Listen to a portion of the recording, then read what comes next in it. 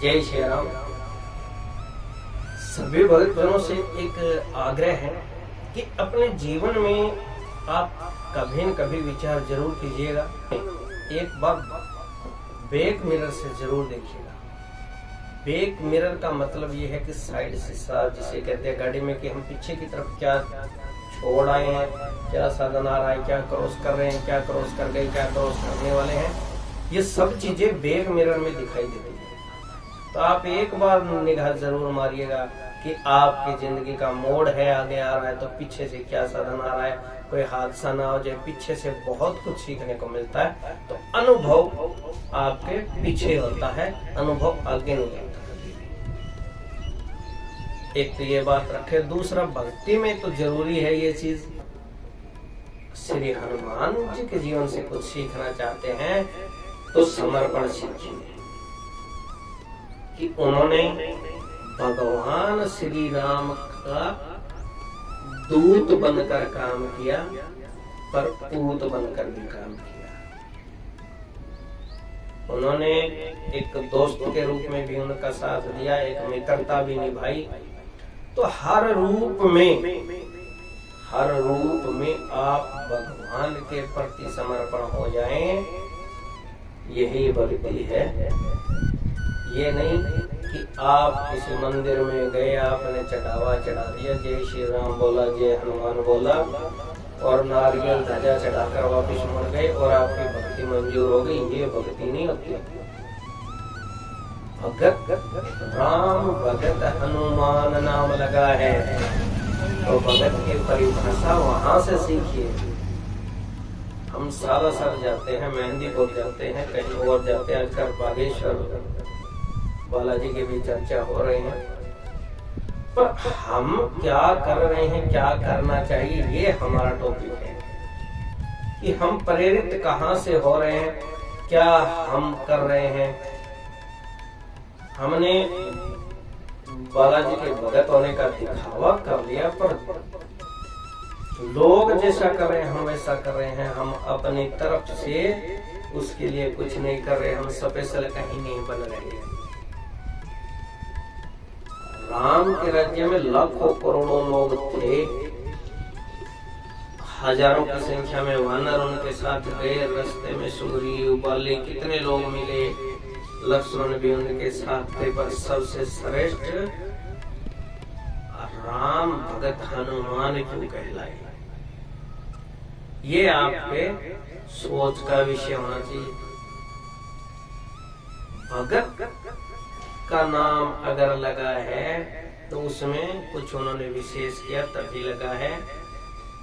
राम ना मिलेंगे हनुमान के बिना। अगर ये बात लिखी गई है, बोली गई है, तो इसके पीछे कोई कारण होगा।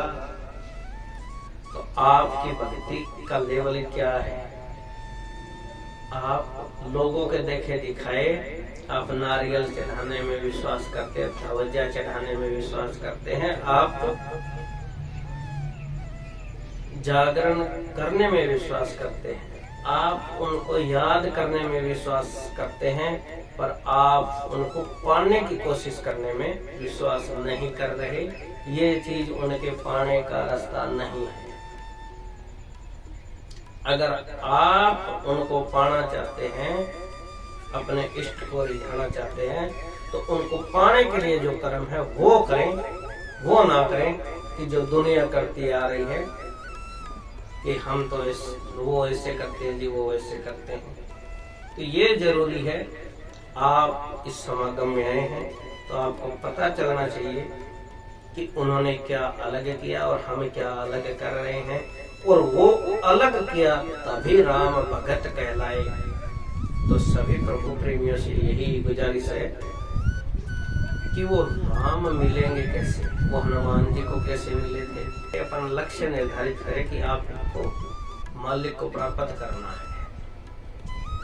जब तक आप लक्ष्य निर्धारित नहीं करोगे तो आप मंजिल की तरफ नहीं बढ़ पाओगे, ये पक्का है। जब हनुमान जी भगवान राम से मिले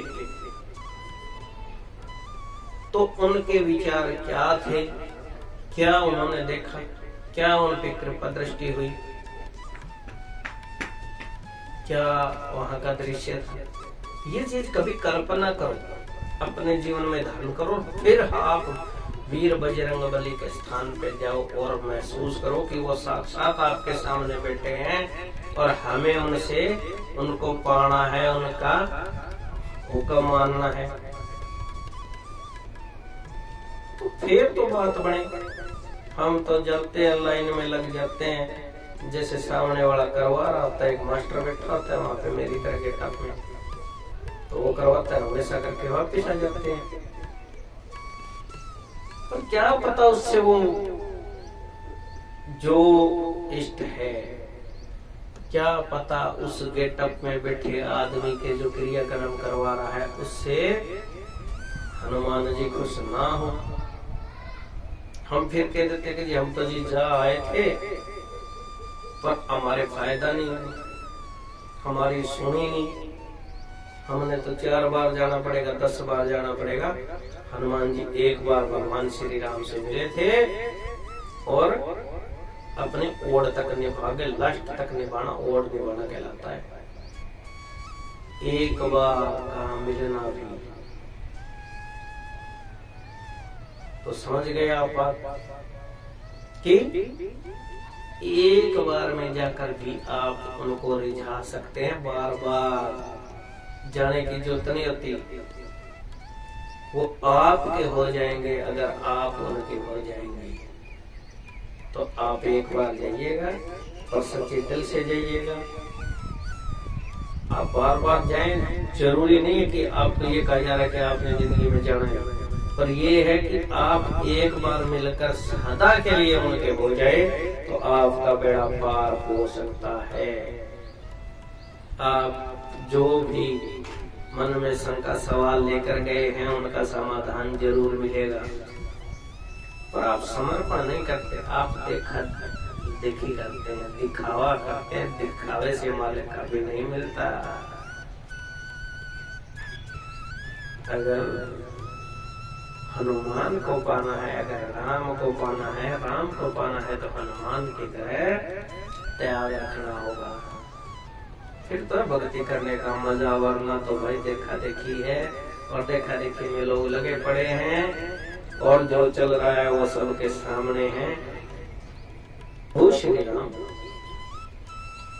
अगर चाहते तो रावण को उसी वन में से ही खत्म कर सकते थे। उसको मारीच ऋषि जो हिरण बनकर आया था उसे भी पहचान गए तो उसे भी मार देते, उसे भी सजा दे देते, उसे भी एक सीख दे देते, मार देना।